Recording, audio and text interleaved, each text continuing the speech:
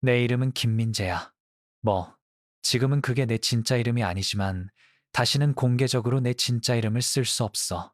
압록강을 건넌 지 거의 2년이 지났는데 내 얼굴은 여전히 너무 알아볼 수 있어. 국제적으로 방송된 선전 영상에서 8년 동안 배우로 활동하면 그렇게 되지. 그래서 이제 나는 다른 사람이야. 새로운 이름, 새로운 정체성, 서울에서의 새로운 삶. 하지만 옛날 삶, 가족을 파괴하는 정권의 위대함에 대해 이야기하는 완벽한 미소를 가진 그 완벽한 배우는 매일 나를 따라다녀. 그리고 네가 예상하는 방식이 아니야. 앞으로 몇 분 동안 공개적으로 한 번도 말한 적 없는 세 가지를 말해줄게. 첫째, 15살 소년이 어떻게 북한 선전의 얼굴이 되도록 선택됐는지, 그리고 그 특권이 왜 밖에서 누구도 볼 수 없는 방식으로 너를 죄수로 만드는지. 둘째, 인민의 번영하는 삶에 대해 카메라 앞에서 웃으며 이야기하는 동안 순전히 우연히 내 자신의 가족이 노동수용소에 있다는 걸 발견하는 게 어떤 느낌인지. 그리고 그 순간에 내려야 하는 불가능한 결정. 그리고 셋째, 왜 강남 아파트 바닥에서 세 장의 사진을 보며 통제할 수 없이 울었는지. 탈출한 것에 대한 기쁨의 눈물이 아니야. 마침내 어떤 연기 훈련도 가르칠 수 없었던 뭔가를 이해했기 때문에 흘린 눈물이야. 자유는 지리적 장소가 아니라는 것. 그리고 때로는 사랑하는 사람들을 구하는 대가가 네 자신의 영혼이라는 것. 왜냐하면 그 눈물은 나만의 도착한 것에 대한 게 아니었거든. 정말로 깨닫는 것에 대한 거였어. 지적으로 아는 게 아니라 내 몸의 모든 세포로 느끼는 것. 여기 자유와 풍요로 둘러싸여 있어도 나는 여전히 그들의 죄수라는 것. 내 가족이 숨쉬는 건 내가 계속 거짓말하기 때문이라는 것. 단지 이제 거짓말이 더 정교해졌을 뿐이야. 하지만 그 순간을 이해하려면 내가 어떻게 거기에 도달했는지 이해해야 해. 그리고 그건 2019년 3월에 시작돼. 문화성 건물 6층의 편집실에서 한 편집자가 인생에서 가장 큰 실수를 저질렀던 날. 내가 절대 봐서는 안 됐던 걸 본 날. 8년 동안 내 얼굴은 세계를 향한 북한의 얼굴이었고, 내가 정권에서 가장 알려진 배우 중 한 명이었다는 건 과장이 아니야. 국내뿐만 아니라 국제방송에도 나가는 선전 영상에 출연하면서 너무나 완벽한 우리 조국의 모습을 보여줬고, 나 자신조차 그걸 믿게 될 정도였으니까. 15살 때 믿음직한 외모 때문에 선발됐어. 선전선동부 국장이 나를 뽑을 때 한 말이 정확히 그거였고, 그 순간부터 내 인생은 끝없이 반복되는 연출된 장면들의 연속이 됐지. 볼이 발그레한 아이들이 환하게 웃고, 가족들이 음식으로 가득 찬 식탁에서 저녁을 먹고, 노동자들이 기적 같은 기술을 생산한다는 공장을 향해 자랑스럽게 행진하는 그런 장면들 말이야. 나한테는 북한 주민 99%가 평생 경험할 수 없는 특권이 있었어. 식량 배급을 더 받을 수 있었고, 평양에 있는 아파트는 겨울 내내 난방이 거의 다 들어왔고, 심지어 정권이 압수한 외국 영화들도 가끔 볼 수 있었는데, 우리 같은 믿을 만한 배우들은 서구 연기 기법을 연구한다는 명목으로 볼 수 있었거든. 하지만 그렇게 조심스럽게 만들어진 거짓의 세계는 단 한순간에 무너졌어. 2019년 3월 어느 날 오후, 한 편집자가 인생 최악의 실수를 저질렀지. 자기 컴퓨터에서 삭제됐어야 할 파일을 그대로 재생시켜 놓은 거야. 빨간색으로 NG라고 표시된 영상이었어.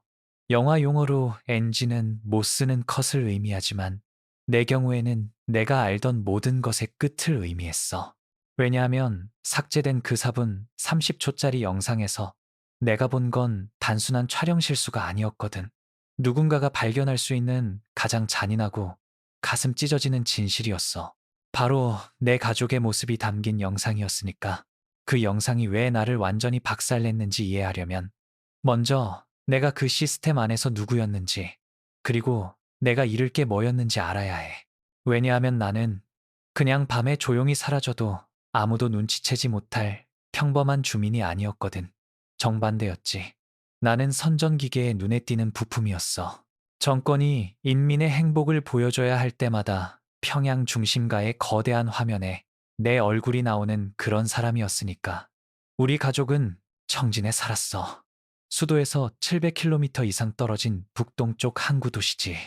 내 위치 덕분에 가족들을 극심한 빈곤에서 벗어나게 해줄 수 있었고, 매달 돈이랑 배급을 보내줬지만, 현실은 운이 좋으면 1년에 2번 정도 볼 수 있었어. 내 일이 나를 계속 평양에 묶어두거나 촬영 때문에 여러 지방을 돌아다니게 했으니까. 아버지는 허리 부상으로 중노동을 할 수 없게 되기 전에는 광부였고, 어머니는 살아남으려고 암시장에서 팔 수 있는 걸 팔았어.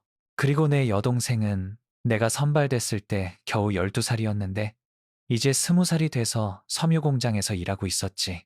하지만 나는 적어도 내가 보내준 덕분에 가족들이 충분히 먹을 수 있고 내가 내 역할을 완벽하게 수행하니까 안전하다고 스스로를 위로했어. 3월 그날 오후 나는 문화성 건물 6층에 있는 편집실에 일찍 도착했어. 풍성한 봄 수확에 관한 다큐멘터리 촬영분을 검토해야 했거든. 이미 수백 번도 더 해본 그런 일상적인 프로젝트 중 하나였어. 그런데 내가 방에 들어갔을 때 편집자가 책상에 없었어. 아마 화장실에 갔거나 차를 가지러 간 것 같았는데 컴퓨터는 켜져 있었고 화면에서 영상이 재생되고 있었어. 처음에는 별로 신경 쓰지 않았어. 그냥 정리하고 있는 자료 영상이라고 생각했거든. 그런데 그때 불안할 정도로 익숙한 목소리들이 들렸어. 내 뇌가 내가 뭘 보고 있는지 이해하기도 전에 내 위장을 수축시킨 특정한 비명 소리였어. 그리고 마침내 내 눈이 화면에 초점을 맞췄을 때 내 폐에서 모든 공기가 한 번에 빠져나갔어. 재교육 수용소 영상이었어. 배경에 보이는 철조망 울타리와 감시탑으로 그건 명확했지. 하지만 나를 얼어붙게 만든 건 전체적인 장면이 아니라 전경에 있는 3명의 특정 인물이었어. 내 아버지는 내 기억보다 훨씬 더 마르고 등이 구부정한 채로 뜨거운 태양 아래서 돌이 가득 찬 손수레를 끌고 있었고 어머니는 머리를 밀린 채 헐렁한 회색 죄수복을 입고 피 묻은 손으로 도랑을 파고 있었어. 그리고 내 여동생은 섬유 공장에서 일하고 있어야 할 내 어린 동생이 땅바닥에 무릎 꿇은 채 한 경비원이 뭔가를 고함치고 있었는데 정확히 뭐라고 하는지는 안 들렸지만 그 어조는 해석이 필요 없었어. 오른쪽 하단에 있는 타임코드는 6개월 전 날짜를 보여주고 있었어. 정확히 내가 가장 중요한 작품 중 하나를 촬영하고 있던 시기였지. 북한 가정의 풍요로운 삶에 관한 2시간짜리 특집이었는데 국제적으로 방송됐던 거였어. 그 동시성의 아이러니가 내 가슴을 물리적인 주먹질처럼 강타했어.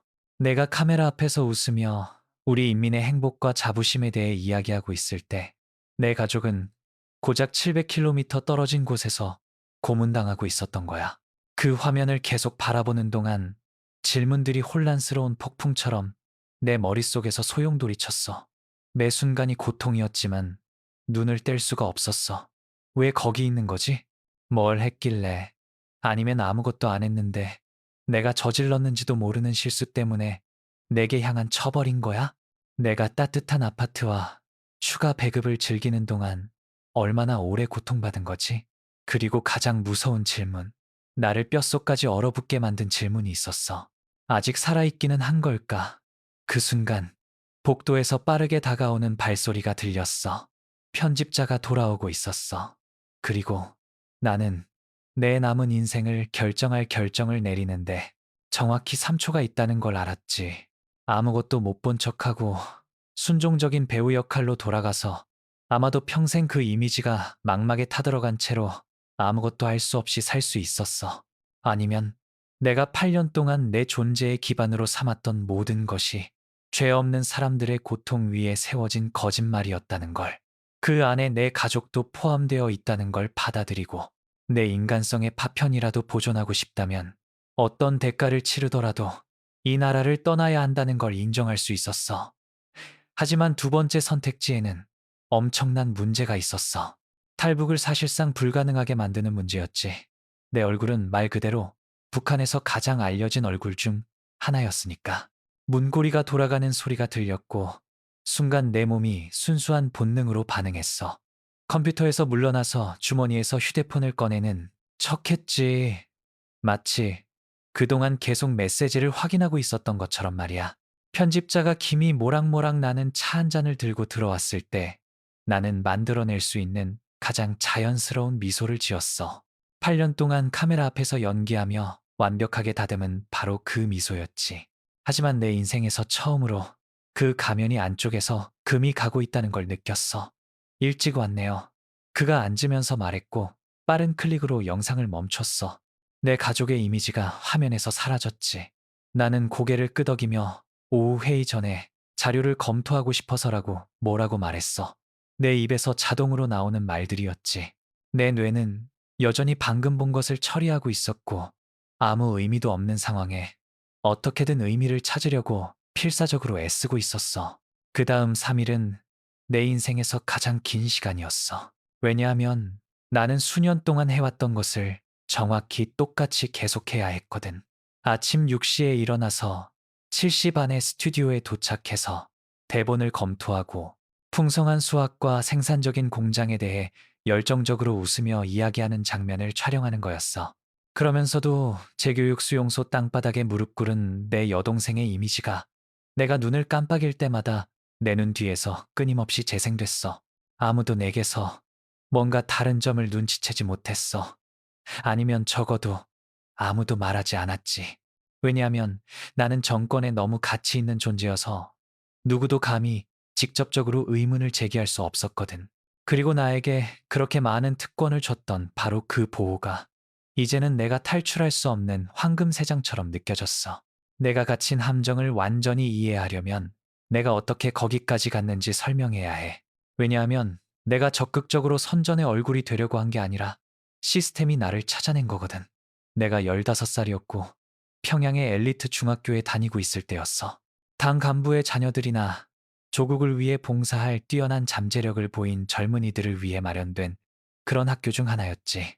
어느 날 봄학기 중반에 우리 학년 학생들 전체가 수업에서 빠져나와 강당으로 끌려갔어. 거기에는 어두운 정장을 입고 두꺼운 폴더를 든 3명의 남자가 있었고 그 다음 4시간 동안 우리는 한 명씩 텍스트를 소리내어 읽어야 했어. 그들은 메모를 하고 우리를 관찰했는데 그 강도가 너무 세서 방 안의 공기가 무겁고 숨쉬기 힘들게 느껴졌어. 2주 후에 나는 교장실로 불려갔고 내 가족에게 영광을 가져오고 국가의 자부심을 줄 특별한 영예에 선발됐다는 통보를 받았어. 그게 무슨 의미인지 이해하기도 전에 나는 이미 서류에 서명하고 문화성의 특별 훈련 프로그램으로 전학되고 있었어. 훈련은 6개월 동안 지속됐고 내가 전에 경험했던 어떤 것보다 강렬했어. 우리는 연기 기법과 발성법만 배운 게 아니라 매일 사상교육 세션을 받았어. 거기서 정확히 무엇을 말해야 하는지, 어떻게 말해야 하는지, 오만함 없는 자신감, 경박함 없는 행복, 교만함 없는 자부심을 전달하기 위해 어떤 표정을 써야 하는지 배웠어. 모든 게 밀리미터 단위로 조정됐지. 번영하고 만족한 북한 주민의 완벽한 이미지를 만들기 위해서였어. 내 첫 프로젝트는 국가의 과학적 성취를 논의하는 대학생들에 관한 10분짜리 영상이었어. 국내에서만 방송된 작은 작업이었지. 하지만 분명히 충분히 잘했나 봐. 왜냐하면 3개월 후에는 이미 국제 매체로 보내지는 영상의 주연으로 나오고 있었거든. 18살이 됐을 때쯤에는 내 얼굴이 뉴욕 타임스퀘어의 화면과 베이징의 TV 방송국에 정기적으로 나타나고 있었어. 항상 위대한 영도자의 현명한 지도 아래 평화롭고 번영하는 삶에 대한 내 신중하게 작성된 말을 번역하는 자막과 함께 말이야. 특권은 점진적으로 왔지만 중요했어. 처음에는 아파트였어. 신뢰받는 예술가와 문화 인력을 위해 예약된 주거단지의 2개방짜리 공간이었지. 대동강이 내다보이는 창문이 있었고 대부분의 북한 주민들이 자기 집에서 절대 볼 수 없는 전망이었어. 그 다음에는 개선된 배급이 왔어. 더 많은 양뿐만 아니라 더 나은 품질이었지. 일반 주민들이 먹는 열등한 곡물 혼합물 대신 진짜 백미. 일주일에 여러 번 고기, 가끔은 과일까지. 처음에는 죄책감을 느끼게 만든 사치품들이었지만 결국 당연하게 여기기 시작했어. 왜냐하면 인간의 뇌는 충분히 오래 경험하면 거의 모든 것을 정상화할 수 있는 놀라운 능력이 있거든. 하지만 가장 이상하고 아마도 가장 위험한 특권은 외국 콘텐츠에 대한 접근이었어.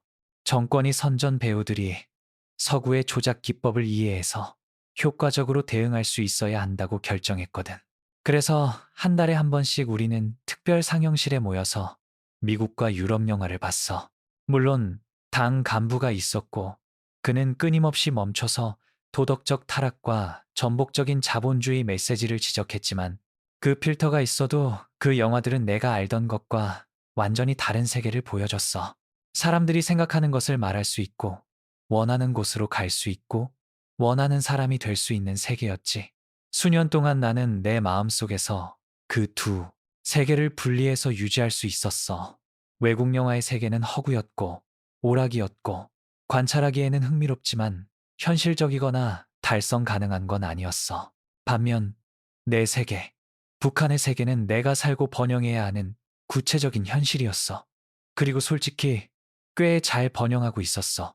아니면 적어도 의심이 내 생각에 스며들기 시작할 때마다 나 자신에게 그렇게 말했지. 하지만 이제 NG 영상을 본 후 3일 동안 그렇게 조심스럽게 구축된 정신적 건물 전체가 무너지고 있었어. 내가 촬영하는 모든 장면이 내 가족뿐만 아니라 고통받고 있는 모든 가족에 대한 배신처럼 느껴졌어. 내가 세상에 우리 존재가 얼마나 훌륭한지 거짓말하는 동안 말이야. 발견 후 셋째 날, 나는 위험하다는 걸 알면서도 더 많은 정보를 얻을 수 있는 유일한 방법인 결정을 내렸어. 상사에게 청진해 있는 가족을 방문할 수 있는 허락을 요청한 거야. 아버지가 아프시고 거의 1년 동안 못 뵀다는 핑계를 댔어. 기술적으로는 사실이었지만 물론 전체 진실은 아니었지. 상사가 나를 완전히 해독할 수 없는 표정으로 바라봤어. 의심과 고려 사이에 뭔가였지.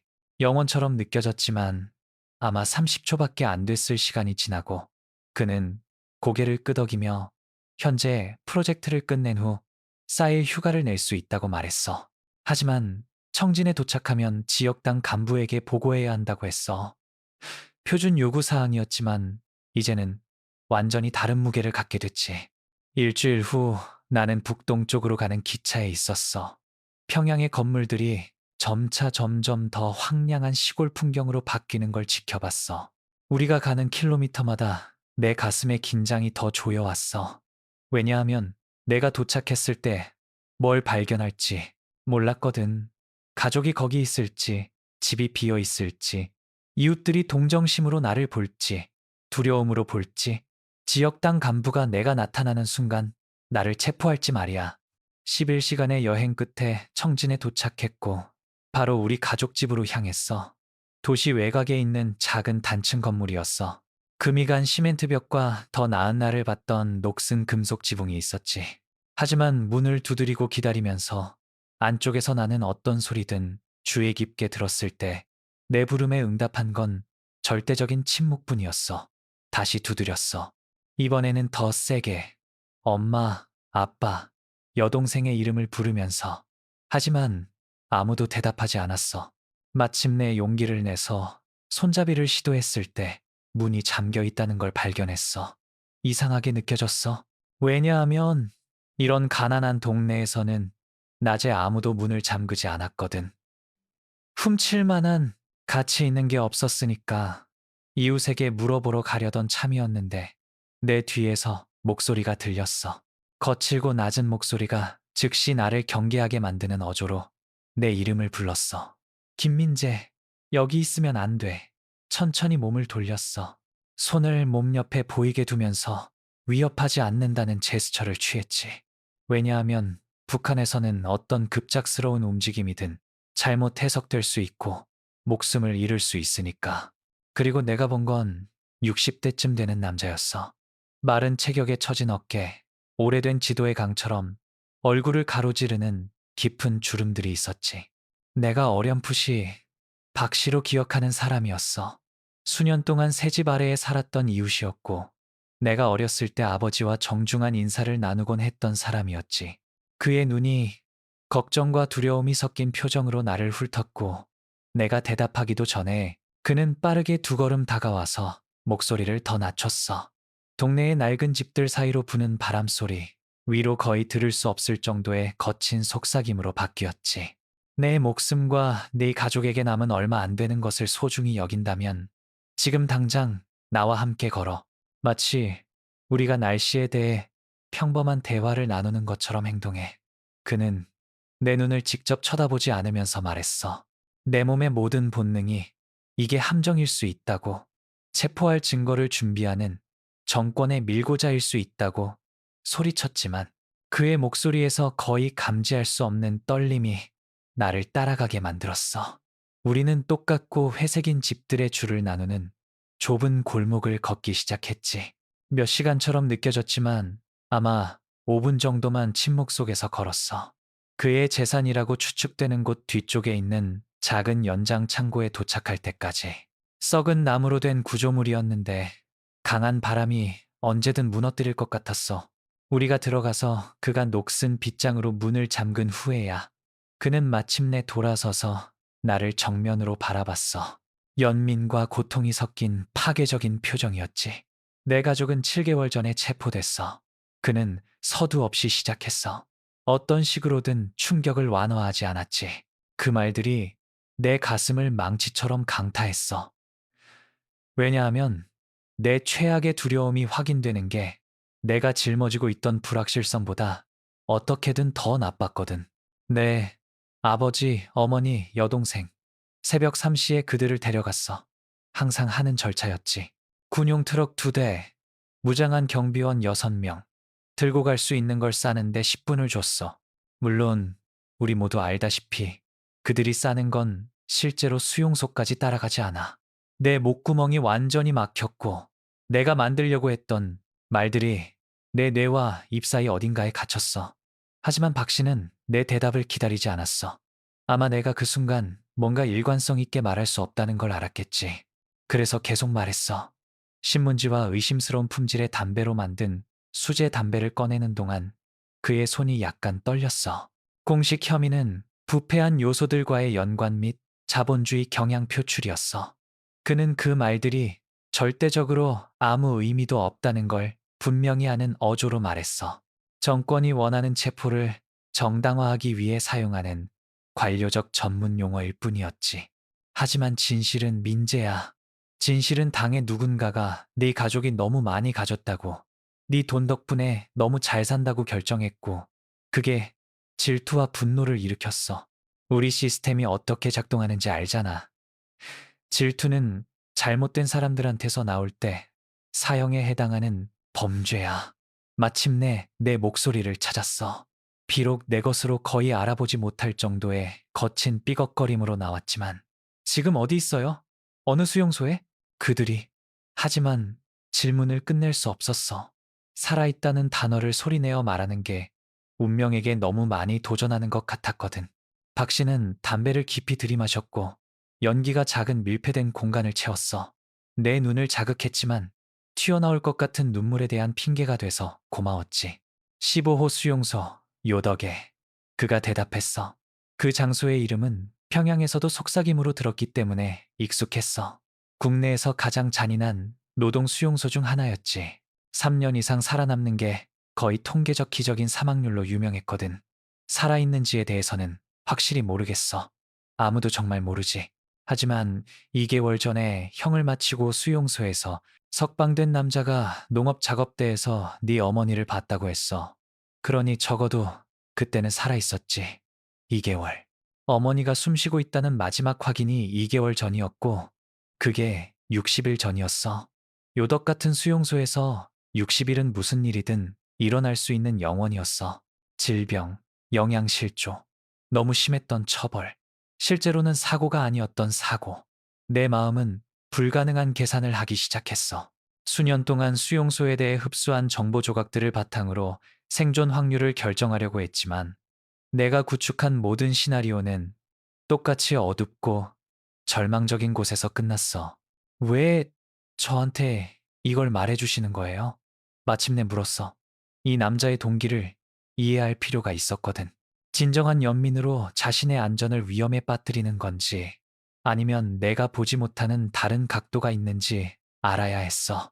이것에 대해 저와 이야기하는 것만으로도, 이런 세부 사항을 알고 신고하지 않는 것만으로도 엄청난 문제에 빠질 수 있잖아요. 박 씨는 담배를 창고의 흙바닥에 읊겠고 피곤한 눈에서 전에 본 적 없는 강렬함으로 나를 바라봤어. 내 아버지가 15년 전에 광산에서 사고를 당했을 때 내 목숨을 구해줬거든.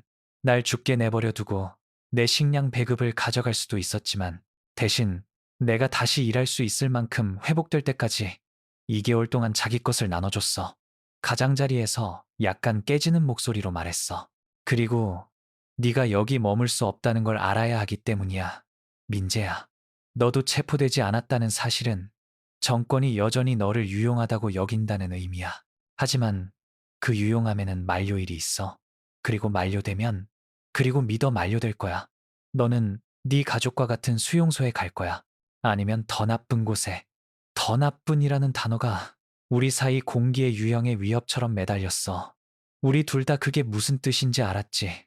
왜냐하면 북한에는 노동수용소를 자비롭게 보이게 만드는 운명들이 있었거든. 메시지를 보내기 위해 설계된 공개 처형, 네가 저지르지도 않은 범죄의 자백을 추출하기 위한 고문, 네 이름이 모든 기록에서 지워져서 마치 네가 존재한 적이 없는 것처럼 되는 실종. 저는 나가야 해요. 내가 말했어.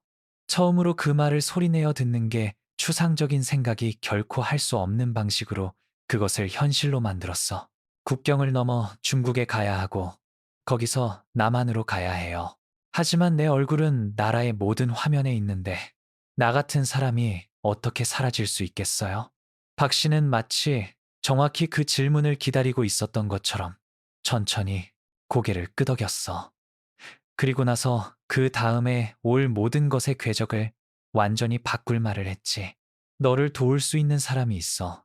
수년 동안 잡히지 않고 국경을 넘어 사람들을 움직여온 사람이지. 하지만 이 사람이 선이나 이념 때문에 이걸 하는 게 아니라는 걸 이해해야 해. 돈 때문이야. 엄청난 돈. 그리고 네 프로필을 가진 사람의 가격은 천문학적일 거야. 돈. 물론 돈에 관한 거였지. 왜냐하면 자본주의를 폐지했다고 주장하는 시스템에서도 생존과 관련해서 정말로 중요한 유일한 화폐는 여전히 돈이었으니까. 내가 저축한 걸 머릿속으로 계산했어. 선전 배우로 수년간 일하면서 축적한 급여, 특히 성공적인 프로젝트에 대한 작은 보너스들. 아마 충분히 있을 거라는 걸 깨달았어. 하지만 그 돈을 사용하면 당국이 인출을 알아차렸을 때 즉시 의심받을 거였어. 그 사람이 누구예요? 물었어. 어떤 대답에도 정신적으로 준비하면서. 하지만 박 씨가 다음에 한 말은 나를 완전히 얼어붙게 만들었어. 네가 아주 잘하는 사람이야. 네 선전 영상 중 여러 개에서 직접 함께 일했던 사람이지. 촬영 장비, 정부 차량. 대부분의 사람들이 꿈만 꿀 수 있는 여행 허가증에 접근할 수 있는 사람이야. 그는 잠시 멈췄어. 긴장이 쌓이도록 두면서 그리고 나서 내 탈출 계획을 무한히 더 복잡하고 위험하게 만들 이름을 내뱉었어. 최준호 감독.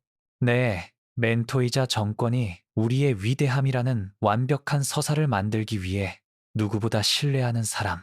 최준호 감독의 이름이 한겨울에 얼음물 양동이를 뒤집어 쓴 것처럼 내게 쏟아졌어. 왜냐하면 북한에서 인간 밀수 네트워크에 연루됐을 거라고 상상할 수 있는 모든 사람들 중에서 그는 말 그대로 목록의 맨 마지막이었거든. 정권의 완벽한 이미지를 만드는데 인생의 30년을 바친 남자였어. 조국의 영광에 대한 탁월한 공헌으로 세계의 붉은기 훈장을 받은 예술가였지. 연기에 대해 내가 아는 모든 것을 가르쳐준 바로 그 사람이었어. 정확히 올바른 감정을 전달하기 위해 목소리를 조절하는 방법, 동시에 겸손하고 자랑스러워 보이기 위해 카메라 앞에서 자세를 취하는 방법을 말이야. 8년 동안 내 멘토였던 그 사람이 공개적으로 그렇게 훌륭하게 섬기는 시스템에 대한 비밀, 배신자라는 생각은 너무 이해할 수 없어서 내 뇌가 완전히 처리하기를 거부했어. 그건 불가능해요. 마침내 말했어. 비록 내 목소리에 진짜 확신이 없었지만, 왜냐하면 박 씨가 그렇게 위험한 것에 대해 나한테 거짓말할 이유가 없었고, 그의 주장의 구체성이 쉽게 무시할 수 없는 진실의 무게를 줬거든. 최 감독님은 정권에서 가장 충성스러운 간부 중 한 명이에요. 위대한 영도자에 대해 이야기할 때 거의 감동의 눈물을 흘리는 회의에 함께 있었어요. 그의 헌신이 너무 진실해 보여서 전문 배우인 나조차도 그보다 더 잘 가짜로 만들 수 없었을 거예요. 박 씨는 마른 기침처럼 들리는 짧고 쓴 웃음을 터뜨렸어. 바로 그래서 그가 하는 일을 그렇게 잘하는 거야, 민재야. 그도 배우거든. 아마 너보다 더 나을 거야. 왜냐하면 30년 동안 아무도 단 1초도 의심하지 않고 그 역할을 해왔으니까. 이미 떨리지 않는 손으로 다른 담배에 불을 붙이면서 말했어.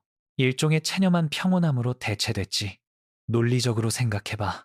누가 멈추지 않고 군사구역을 통과할 수 있는 차량에 접근할 수 있어? 누가 다큐멘터리를 찍는다는 구실로 중국 국경 근처 지방으로 여행할 수 있어? 누가 수년간 모두를 영상에서 잘 보이게 만든 후 모든 시스템 레벨의 연락처들로부터 호의를 받고 있어? 각각의 질문은 내 마음속에서 천천히 조립되기 시작하는 퍼즐 조각이었어. 더 생각할수록 비틀리고 훌륭한 방식으로 더 말이 됐지. 최 감독이 외딴 지역으로 조사 여행을 고집했던 모든 순간들이 기억났어. 어떻게 항상 진정성을 유지하기 위해 최소한의 촬영 장비를 요청했는지, 어떻게 자주 효과가 없는 자료를 가지고 그 여행에서 돌아왔고 우리가 최종 편집에서 결코 보지 못했던 것들 말이야. 그 당시에는 단순히 그의 예술적 완벽주의라고 가장 흠잡을 데 없는 이미지만 캡처하려는 그의 고집이라고 생각했지만 이제 그 패턴들은 완전히 다른 의미를 갖게 됐어. 어떻게 연락해요? 물었어. 이게 진짜일 미세한 가능성이라도 있다면 탐구해야 했거든. 내 가족이 노동 수용소에서 죽어가고 있고 내 자유의 만료일이 있을 때 회의적일 여유가 없었어. 그냥 전화해서 이봐요.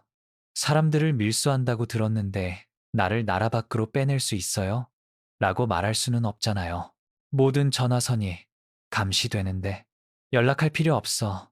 박 씨가 대답했어. 녹슨 공구 더미가 있는 창고 구석으로 걸어가면서 몇 개를 움직여서 아래에 숨겨진 작은 휴대폰을 드러냈어.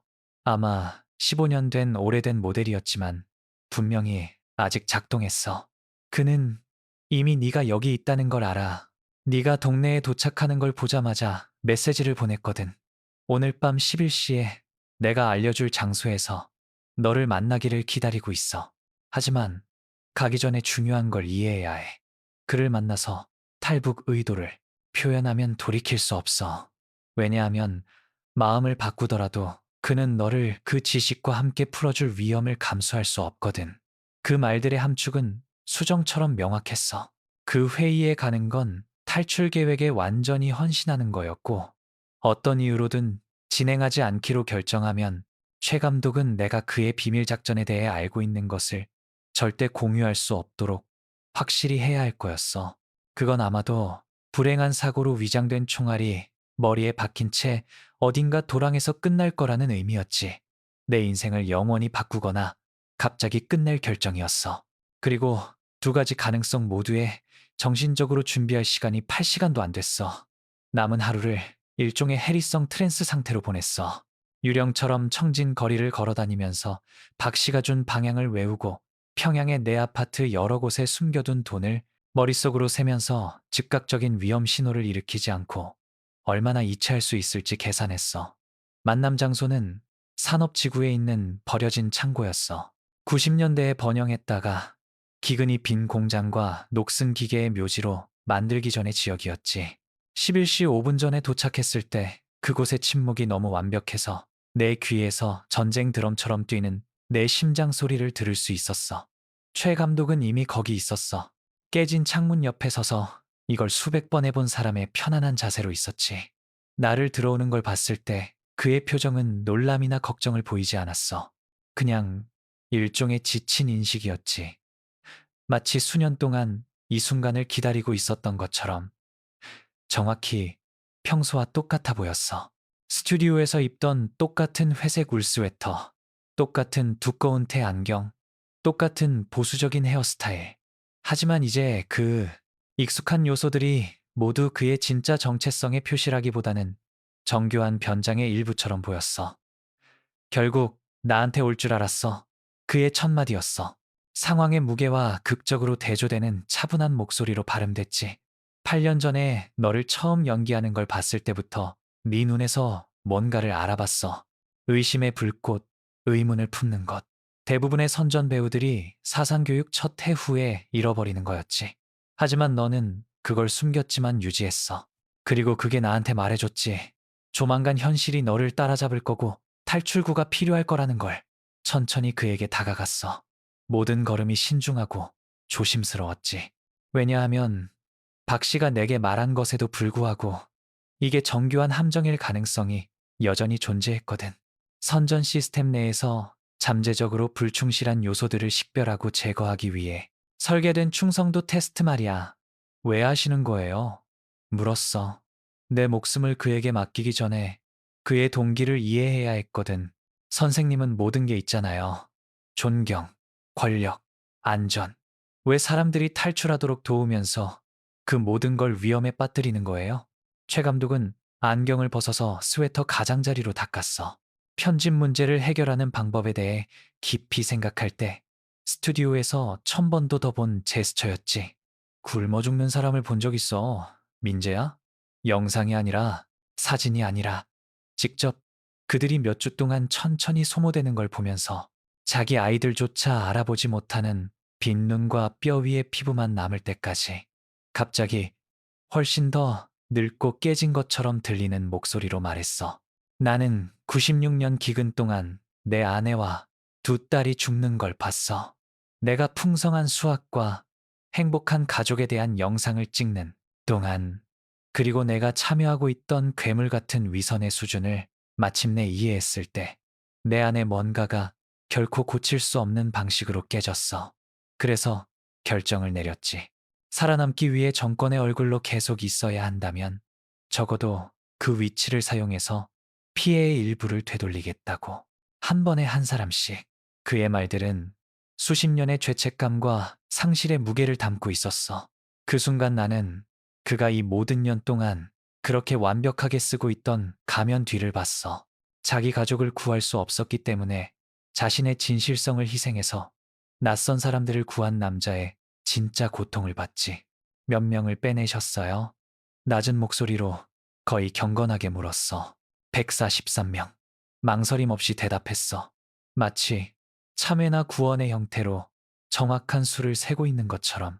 이제 나만 미국, 유럽에서 자유롭게 살고 있는 143개의 생명. 그리고 그들 각각은 우리 모두를 천천히 파괴하는 이 시스템에 대한 작은 승리야. 안경을 다시 쓰고 스튜디오에서 본 적 없는 강렬함으로 나를 직접 바라봤어. 하지만 네 경우는 달라 민재야. 너는 그냥 또 다른 익명의 탈북자가 아니야. 실종이 대규모 수색을 촉발할 공인이지. 그리고 그건 가격이 높다는 의미야. 돈뿐만 아니라 위험에서도 너와 나 모두에게. 얼마예요? 직접적으로 물었어. 이게 실용적인 관점에서 가능한지조차 알아야 했거든. 중국 위안화 5만. 그가 말했어. 그 액수가 주먹질처럼 나를 강타했어. 왜냐하면 지난 5년간 내 저축 전부와 거의 같았거든. 내가 조심스럽게 모았던 모든 푼. 이걸 한다면 나만의 완전히 아무것도 없이 도착한다는 의미였어. 돈도, 연줄도, 입고 있는 옷과 내 목숨 외에는 아무것도. 하지만 수락하기 전에 알아야 할 게 더 있어. 최 감독이 계속했어. 그의 어조가 더 어둡고 더 긴급한 것으로 바뀌었지. 보이부 비밀경찰의 요원이 지난 2주 동안 나를 미행하고 있어. 아직 확실한 증거는 없지만 가까워. 너무 가까워. 그 말은 우리가 이걸 한다면 지금이어야 한다는 거야. 앞으로 3일 이내에. 그 후에는 성공 확률이 50% 아래로 떨어지거든. 그리고 나는 그런 확률로 사람들을 움직이지 않아. 3일. 평생을 정신적으로 정리할 시간이 겨우 3일이었어. 아무에게도 말할 수 없으면서 내가 알던 모든 것에 조용히 작별을 고하고 최 감독이 그 버려진 창고에서 다음 이 시간 동안 설명한 계획의 모든 세부 사항을 암기해야 했어. 그가 이전에 수십 번 실행한 게 분명할 정도로 세심하게 만들어진 계획이었지만 그래도 너무나 많은 예측 불가능한 변수에 의존해서 타이밍에 단 하나의 실수만으로도 우리 둘의 목숨을 앗아갈 수 있었지. 경로는 다음과 같았어. 나는 계획대로 다음날 평양으로 돌아가서 이 일 더 완전히 정상적으로 행동하고 의심을 사지 않기 위해 현재 선전 프로젝트를 완료한 다음 셋째 날 오후에 해산에서 긴급 촬영 기회에 대한 긴급 전화를 받을 거였어. 북한과 중국을 가르는 압록강에서 겨우 15km 떨어진 국경 도시였지. 구실은 국경 노동자들의 회복력 있는 정신에 관한 다큐멘터리를 촬영하는 거였어. 여행을 정당화할 만큼 충분히 애국적이면서도 여러 승인을 필요로 하지 않을 만큼 충분히 모호한 주제였지. 우리는 문화성의 공식 차량 중 하나로 여행할 거였어. 정부 번호판이 달린 오래된 검은색 메르세데스였는데 국경 경비원들이 검사조차 하지 않고 경례할 거였지. 실제 월경은 밤에 새벽이시 경비원 교대 시간에 이루어질 거였어. 강의 흐름이 더 느리고 중국 쪽 강두까지의 거리가 겨우 100m인 강의 특정 지점에서 최 감독은 반대편에 연락처들이 있었고 그들이 마른 옷과 위조 서류를 가지고 우리를 기다리고 있을 거였어. 남한으로 가는 여정의 다음 구간을 시작하기 위해서였지. 그럼 보위부 요원은요? 물었어. 그 요소가 가장 걱정됐거든. 언제든지 나타나서 시작하기도 전에 전체 계획을 파괴할 수 있는 예측 불가능한 인간 요소였으니까. 그렇게 가까이서 미행하고 있다면 해상까지 우리를 따라오지 않을 거라는 걸 어떻게 알아요? 최 감독이 미소 지었어. 하지만 그 표정에 유머는 없었지. 너무 오랫동안 치명적인 게임을 해온 사람의 피로만 있었어. 왜냐하면 우리가 떠나는 날, 그는 나라 반대편에 있는 화학 공장의 사고를 조사하느라 매우 바쁠 거거든. 그 사고가 전혀 사고가 아니라 주의를 분산시키기 위해 신중하게 조율된 것임을 분명히 하는 어조로 말했어. 나한테 빚진 사람들이 있어 민재야. 30년 동안 실제로는 겁쟁이고 부패했던 사람들을 카메라에서 영웅적이고 충성스럽게 보이게 만들면서 쌓인 많은 호의들 말이야. 그리고 그 호의들 중 일부를 회수할 때가 왔어. 간단한 고개 끄덕임으로 계획을 받아들였어. 왜냐하면 말들이 내가 헌신하려는 것의 무게에 비해 부적절해 보였거든. 1시간 후에 창고를 나섰을 때 청진의 밤하늘은 맑고 별들로 가득했어. 내 가족도 아마 노동 수용소에서 볼 수 있을 때 쳐다봤을 똑같은 별들이었지. 만약 그렇게 많은 고통 속에서 아름다운 뭔가를 향해 고개를 들 에너지나 정신이 아직 있다면 말이야. 평양으로 돌아가는 여행은 기차 창문을 지나가는 풍경의 흐릿함이었어. 내 마음은 계획을 계속 반복 재생하면서 결함을 찾고 실패 지점을 식별하고 가능한 모든 비상사태에 정신적으로 준비하려고 애쓰고 있었거든. 다음 날 오후 3시에 아파트에 도착했고 가장 먼저 한 일은 8년 동안 내 집이었던 그 공간을 완전히 새로운 눈으로 둘러보는 거였어. 모든 물건을 영원히 잃으려는 것으로 보면서 모든 역경에도 불구하고 살려낸 창턱의 작은 화분부터 완전한 구절들을 암기할 때까지 읽고 또 읽은 선반의 책 컬렉션까지. 다음 이틀은 연기의 걸작이었어. 카메라 앞에서 연습된 연기가 아니라 내 몸의 모든 세포가 예상되는 공포와 절망적인 희망의 혼합으로 진동하고 있을 때 모든 게 정상인 척하는 본능적이고 지속적인 연기였지. 봄 수학에 관한 다큐멘터리의 마지막 장면들을 육체적으로 유지하기 고통스러운 미소로 촬영했어. 풍요와 감사에 대해 이야기하면서 피 묻은 손으로 도랑을 파는 어머니를, 뜨거운 태양 아래 손수레를 끄는 아버지를, 경비원이 소리치는 동안 땅바닥에 무릎 꿇은 여동생을 생각했지. 아이러니는 너무 날카로워서 거의 견딜 수 없었어. 여기 나는 북한 선전의 얼굴이 내가 대표한다고 여겨지는 모든 것을 배신하기 몇 시간 전이었고, 그런데도 나라에서 가장 충성스러운 시민인 척 계속 연기해야 했어. 촬영 중 하나 동안 촬영 감독이 나를 멈추게 하고 괜찮냐고 물었어. 분명히 내 표정이 너무 강렬하고 너무 진짜 보였거든. 그것에 대해 웃어야 했어. 억눌린 히스테리와 상황의 우주적 부조리에 대한 감상이 반반 섞인 웃음이었지. 그냥 역할에 매우 몰입하고 있다고 말했어. 둘째, 날 오후, 촬영 후에 아파트로 걸어 돌아가는 동안 버스 정류장에서 신문을 읽고 있는 것처럼 보이는 짙은 회색 코트를 입은 남자를 알아챘어. 하지만 그의 눈은 실제로 읽고 있다면 그럴 방식으로 페이지를 가로질러 움직이지 않았어. 내가 모퉁이를 돌았을 때 그도 돌았어. 약 50m 거리를 유지하면서 나를 시야에서 절대 놓치지 않았지. 보이부 요원. 그래야 했어.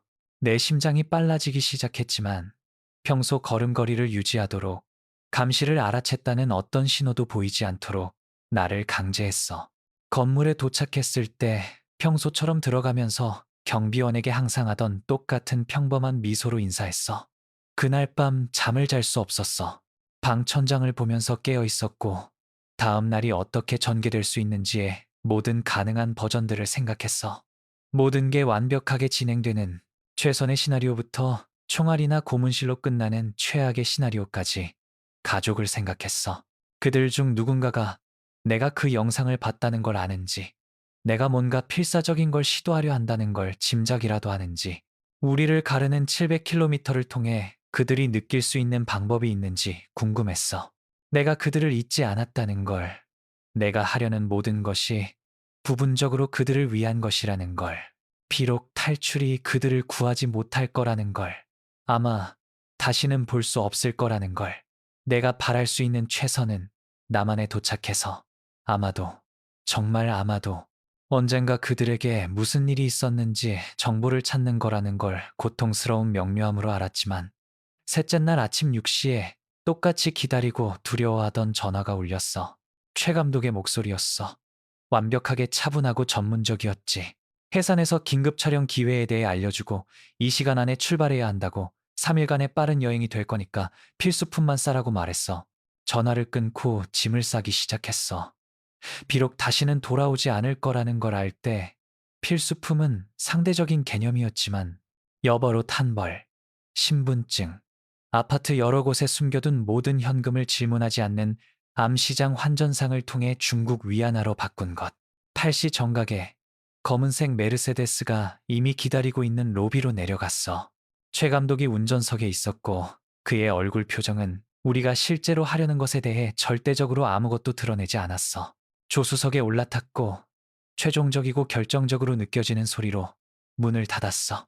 차가 평양에서 북쪽으로 멀어지기 시작했을 때 사이드 미러로 도시의 건물들이 우리 뒤에서 작아지는 걸 봤어. 그리고 바로 그때 봤지. 똑같은 짙은 회색 코트를 입은 남자가 내 건물 앞 보도에 서서 우리 차를 직접 바라보면서 긴급하게 휴대폰으로 통화하고 있었어. 그 순간 알았어. 주의 분산 계획이 작동하지 않았다는 걸. 보위부 요원이 나라 반대편에서 공장 사고를 조사하고 있는 게 아니라 바로 거기 있다는 걸. 우리 출발에 대해 다른 사람들에게 경고하고 있다는 걸. 그 말은 사냥이 시작되기 전에 기껏해야 한두 시간의 앞서감밖에 없다는 의미였어. 우리를 봤어요. 내 몸의 모든 신경이 공황 상태로 비명을 지르고 있는 걸 고려하면 이상하게 차분하게 들리는 목소리로 말했어. 하지만 최 감독은 뒤돌아보지 않았어.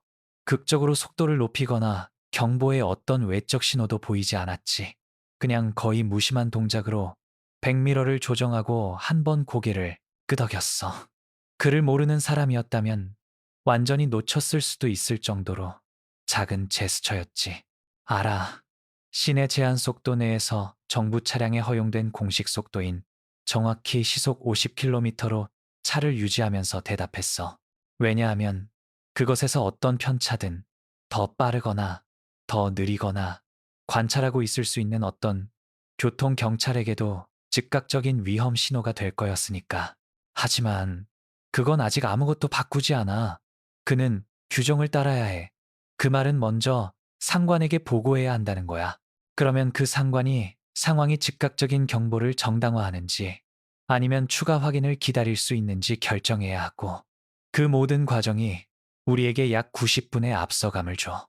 운이 좋으면 이 시간일 수도 있고 90분, 운이 우리 편이라면 120분. 매 초가 지날 때마다 다치는 게 느껴질 정도로 좁은 시간, 창이었어. 하지만 최 감독은 모든 변수를, 모든 결정 지점을, 가능한 모든 복잡함을 계산하고 우리가 여전히 허용 가능한 위험 범위 내에 있다고 결정한 사람의 침착함으로 운전했어.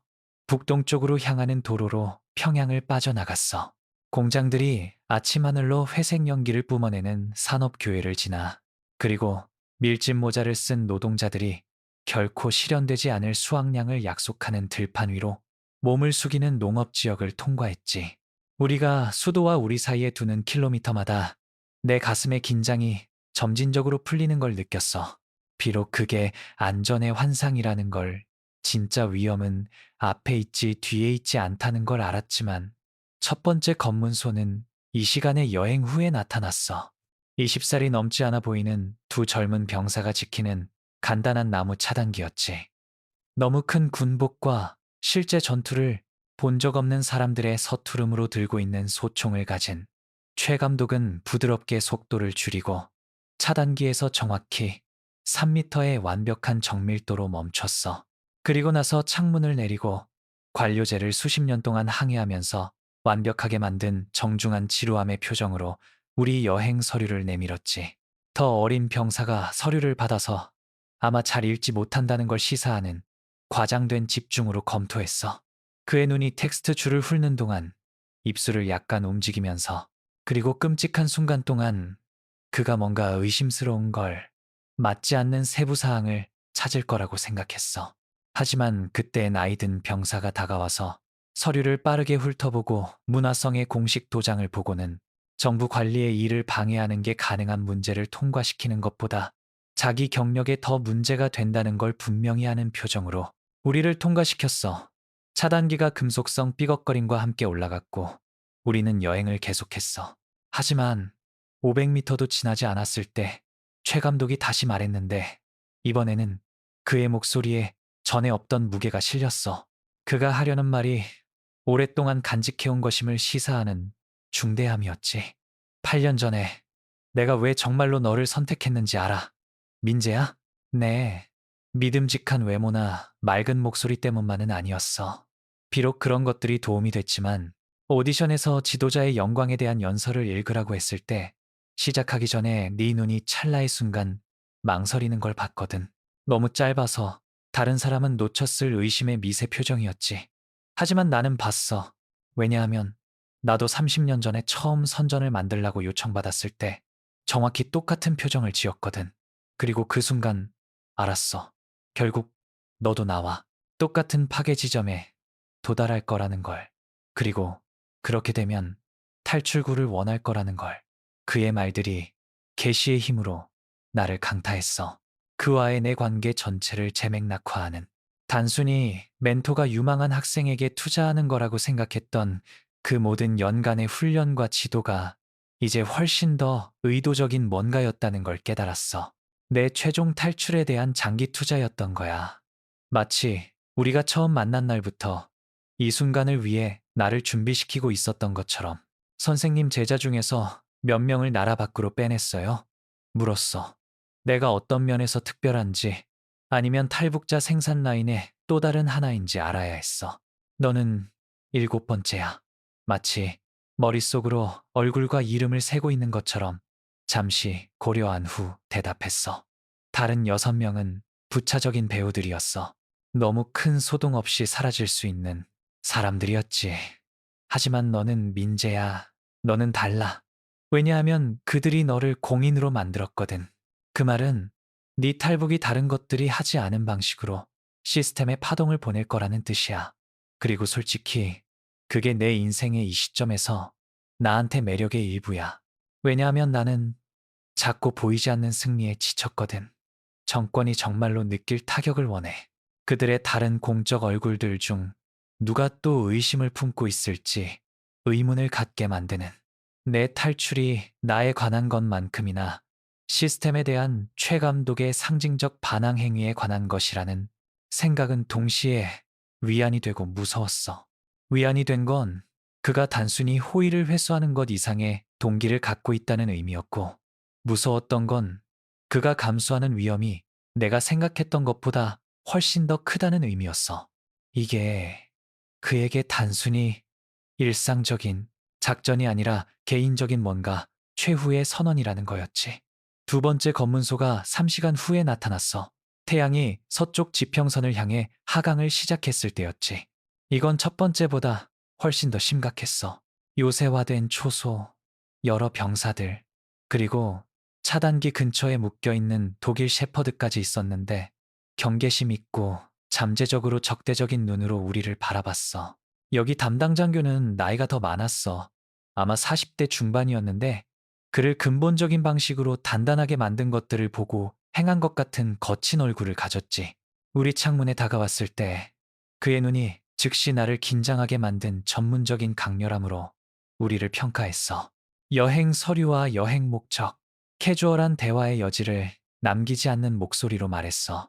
최 감독이 우리 서류와 함께 전에 보지 못한 추가 공식 편지를 건넸어. 여러 빨간 도장과 고의 부상의 것으로 알아본 서명이 있는 뭔가였지. 장교는 모든 걸 꼼꼼하게 읽었어. 시간을 들이면서. 그리고 나서 먼저 최에게, 그 다음 나에게 올려다 봤어. 그의 눈이 불편하게 길게 느껴지는 순간 동안 내 얼굴에 멈췄지. 당신을 알아요. 마침내 말했어. 내 심장이 완전히 멈췄어. 왜냐하면 그 세 단어가 모든 것의 끝을 의미할 수 있었거든. 하지만 그때 그의 입 모서리에 작은 미소가 나타났어. 당신은 행복한 가족들에 대한 영상의 그 사람이죠. 내 아내가 항상 그 영상을 보게 해요. 당신이 자랑스러운 시민이 된다는 게 무엇을 의미하는지의 좋은 예라고 말해요. 적절한 겸손함으로 미소 짓고 고개를 끄덕이도록 나를 강요했어. 조국에 봉사하는 게 영광이라는 뭔가를 중얼거리면서 내부적으로는 내 생각들이 아이러니가 너무 기괴해서 거의 견딜 수 없다고 소리치는 동안 여기 나는 말 그대로 그 이미지를 배신하기 몇 시간 전이었는데 그걸 구현한다고 칭찬받고 있었어. 장교가 서류를 돌려주고 깔끔하게 경례하고 우리를 통과시켰어. 하지만 차단기가 올라가고 다시 움직이기 시작했을 때 최 감독의 손이 핸들에서 약간 떨리는 걸 느낄 수 있었어. 전체 여행에서 보인 첫 번째 진짜 긴장의 신호였지. 너무 위험했어. 나보다는 자신에게 중얼거렸어. 만약 그가 우리 이야기를 확인하려고 전화를 걸기로 결정했더라면, 우리를 처리하는데 단 5분만 더 걸렸더라면 평양의 경보가 지역 검문소에 도착하는 시간 창 안에 있었을 거야. 하지만 그러지 않았고 우리는 계속했어. 마침내 멀리서 해산을 가리키는 첫 번째 표지판을 봤을 때 하늘은 첫 별들로 점점이 박힌 짙은 보라색으로 어두워졌어.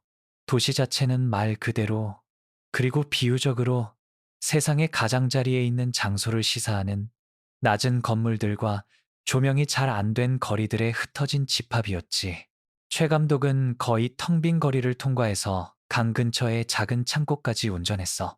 버려진 것처럼 보이지만 분명히 우리 사용을 위해 준비된 건물이었어. 기름 램프와 담요와 구석에 숨겨진 기본 물품들이 있었지. 새벽 1시 반까지 여기서 기다려. 차를 창고 안에 주차하고 우리 뒤에 큰 문들을 닫으면서 설명했어. 지붕의 틈새를 통해 스며드는 달의 희미한 빛만으로 깨진 거의 완전한 어둠 속에 우리를 가뒀지. 교대 시간은 이시야. 하지만 이걸 완벽하게 타이밍 맞추려면 15분 전에 위치해 있어야 해.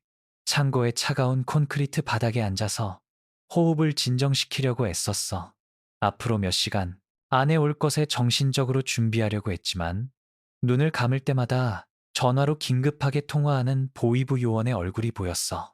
노동수용소에 있는 내 가족이 보였고 이게 잘못될 수 있는 100만 가지 방법이 보였지. 최 감독이 내 옆에 조용히 앉았고 우리는 영원처럼 느껴졌지만 아마 30분밖에 안 됐을 시간 동안 그렇게 있었어. 마침내 그가 일어서서 말했지. 횡단 지점으로 갈 시간이야. 창고를 나와서 어두운 뒷골목을 통해 걸었어. 그림자처럼 움직이면서 20분간의 조심스러운 항해 후에 초목이 울창하고 가장 가까운 감시탑에서의 시야가 나무들에 의해 부분적으로 가려진 강변의 한 지점에 도착했어. 압록강이 우리 앞에 펼쳐져 있었어. 달빛 아래 검고 반짝이면서 반대편에서 중국 도시에 흩어진 불빛들이 보였어. 너무 가까워서 몇 분 안에 헤엄쳐갈 뜰 수 있을 것 같았지. 하지만 그때 최 감독이 내 어깨에 손을 얹고 강 하류를 가리켰어. 내가 본 것은 내 얼굴에서 모든 피를 빠져나가게 만들었어. 우리 연락처들이 기다리고 있어야 할 중국 쪽 강변에 3명의 인물이 있었는데 그들은 그래야 할 방식으로 움직이지 않았어. 묶이고 재갈이 물려 있었지. 그리고 그들 뒤에는 이 거리에서도 북한 국경 경찰로 식별할 수 있는 군복을 입은 최소 6명의 남자들이 있었어. 그건 하나의 불가능하고 무서운 것만을 의미할 수 있었어. 누군가가 함정을 설치했고 우리는 곧장 걸어 들어간 거였어. 본능이 달리라고 돌아서서 내 다리가 날 데려갈 수 있는 만큼 빨리 도망치라고 소리쳤지만 최 감독의 손이 내 어깨를 바는 경고, 반은 배처럼 조이는 힘으로 움켜쥐었어. 나를 그 자리에 붙잡으면서 그의 마음이 분명히 어지러운 속도로 상황을 처리하고 있었지. 선택지를 계산하고 위험을 평가하고 간신히 억제된 공황의 관점에서 내가 볼 수 없는 어떤 각도를 찾으면서 천천히 뒤로 물러났어. 직접적인 시야에서 우리를 숨기는 빽빽한 덤불 뒤로 웅크렸지. 그리고 발견되지 않았다는 확신이 섰을 때만 최 감독이 마침내 말했어. 그의 목소리는 거의 거친 속삭임이었고 전에 들어본 적 없는 방식으로 가장자리에서 약간 떨렸어. 보이부 요원이 우리보다 먼저 도착했을 거야. 지역 국경 수비대에 경보를 보내고 이걸 함정으로 설치했을 거야. 그의 눈이 계속 주변을 스캔하면서 말했어. 대안을 찾고 이 재앙을 구할 수 있는 것으로 바꿀 수 있는 무엇이든 찾으면서 아마 내 연락처들을 고문해서 정확한 횡단 지점과 시간에 대한 세부 정보를 얻었을 거야. 그리고 이제 우리가 나타나기를 기다리고 있어. 아마 감시탑에 야간 투시경을 가진 저격수들을 배치했을 거야. 그 말은 우리가 여기서 건너려고 하면 강 중간에 도착하기도 전에 죽을 거라는 뜻이야. 우리의 예상 가능한 죽음을 묘사하는 냉정함이 상황 자체보다 거의 더 무서웠어. 왜냐하면 그가 실패를 받아들이고 있다는 걸 시사했거든. 이 모든 길을 온 후에, 이 모든 연간의 계획과 완벽한 실행 후에 우리는 끈질긴 요원과 타이밍의 불운한 일격에 의해 능가됐다는 거였어. 그럼 우리 어떻게 해요? 물었어. 그가 그 말을 하는 걸 들어야 했거든. 이게 끝인지 아니면 미세한 희망이라도 남아있는지 말해줘야 했어. 최 감독은 완전한 몇 분처럼 느껴졌지만 아마 30초밖에 안 됐을 시간 동안 침묵했어. 그의 얼굴이 움직이는 구름을 통해 스며드는 달빛에 의해 간헐적으로 비춰졌고 그의 눈 뒤에서 작동하는 수십 년의 경험을 볼 수 있었어. 그가 성공적으로 빼낸 모든 사람들, 그가 피한 모든 함정들, 그렇게 오랫동안 이중 생활을 하면서 축적된 모든 지혜, 마침내 읽기 어려운 표정으로 나를 향해 돌아섰어. 결의와 체념 사이에 뭔가였지. 또 다른 횡단 지점이 있어. 강상류로 5km. 내가 한 번도 사용한 적 없는 곳이야. 왜냐하면 흐름이 훨씬 더 위험하고 중국 쪽 강도까지의 거리가 거의 2배. 100m 대신 약 180m거든. 주머니에서 작은 방수지도를 꺼내면서 설명하기 시작했어. 종이에 땀 얼룩을 남기는 손가락으로 위치들을 가리키면서 내가 한 번도 사용하지 않은 이유는 평균 수영자들의 성공률이 아마 30-40%대밖에 안 되기 때문이야. 건너려고 하는 동안 흐름이 너를 강 하류로 끌고 가. 그리고 올바른 각도를 계산하지 못하면 내 연락처들이 너를 찾을 수 있는 추출 지점보다 훨씬 더 멀리 끝나게 돼. 반대편에서 그들이 여전히 자유롭고 모두 체포되지 않았다고 가정하면 말이야. 30-40%. 그 확률은 잔인하게 낮았어. 하지만 분명히 침해되고 감시되고 있는 원래 횡단 지점을 시도하면 마주하게 될 0%보다는 무한히 나았지. 그럼 선생님은요? 물었어. 왜냐하면 갑자기 그가 이 대한경로에서 나와 동행하는 것에 대해 아무것도 언급하지 않았다는 걸 깨달았거든. 그리고 그 침묵은 약속의 부재에서 드러나는 게 있었어. 나는 너와 함께 갈 수 없어. 민재야. 논쟁의 여지를 남기지 않는 단호함으로 말했어. 비록 그 말들을 발음할 때 그의 눈에서 진정한 고통을 볼 수 있었지만 내 가치는 탈출하는 게 아니라 남아서 작전을 계속하는 거야. 왜냐하면 오늘 밤 내가 사라지면 30년 동안 구축한 전체 시스템이 무너지거든. 내가 확립한 모든 경로가 침해되고 미래에 도울 수 있었던 모든 사람들이 갇히게 돼. 하지만 더 중요한 건 나는 그 거리를 헤엄칠 수 없어. 나는 62살이고 이미 경미한 발작 형태로 두 번의 경고를 준 심장을 갖고 있어. 흐름이 나를 물속으로 끌고 가기 전에 4분의 1도 안 갈 거야. 이걸 혼자서 내 멘토 없이 이 모든 걸 조율한 사람 없이 해야 한다는 계시는 동시에 해방적이고 무서웠어.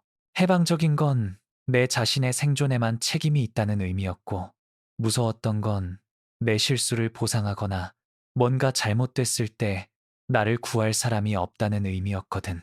어떻게 발견되지 않고 대안 지점에 도착해요? 물었어.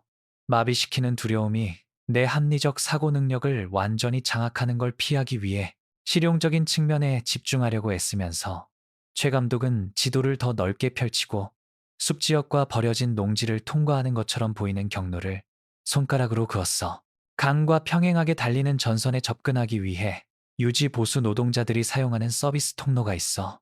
대부분 초목으로 덮여 있고 거의 순찰되지 않아. 왜냐하면 국경 경비원들이 흐름 때문에 그 지역에서 월경을 시도할 만큼 충분히 바보인 사람이 없을 거라고 가정하거든. 야간 시력을 보존하기 위해 빨간 필터로 덮인 작은 손전등과 함께 지도를 건네면서 설명했어. 조심스럽게 움직이면 거기 도착하는데 약 1시간 걸릴 거야. 그리고 도착하면 물 위로 뻗은 가지가 있는 큰 쓰러진 나무를 찾아. 그게 네 진입 지점이야. 그리고 강에 들어가면 흐름을 향해 45도 각도로 헤엄쳐. 중국 쪽 강둑으로. 직접이 아니라 대각선으로. 왜냐하면 흐름이 너를 아래로 밀 거고 그 각도가 표류를 보상할 거거든. 눈에 띄게 떨리는 손으로 지도와 손전등을 받았어. 지난 몇 시간 동안 억눌러 왔던 모든 아드레날린이 마침내 전기처럼 내 신경계를 통해 뿜어져 나왔지. 만약 성공하지 못하면요? 만약 흐름이 너무 세거나 어둠 속에서 방향을 잃으면요? 물었어. 이게 며칠 후 어떤 어부에 의해 발견되거나 그냥 탁한 깊이 속으로 사라지는 내 시체로 끝날 매우 현실적인 가능성과 맞닥뜨려야 했거든. 그럼 내 가족을 파괴한 시스템의 노예로 사는 대신 자유롭게 죽는 거야.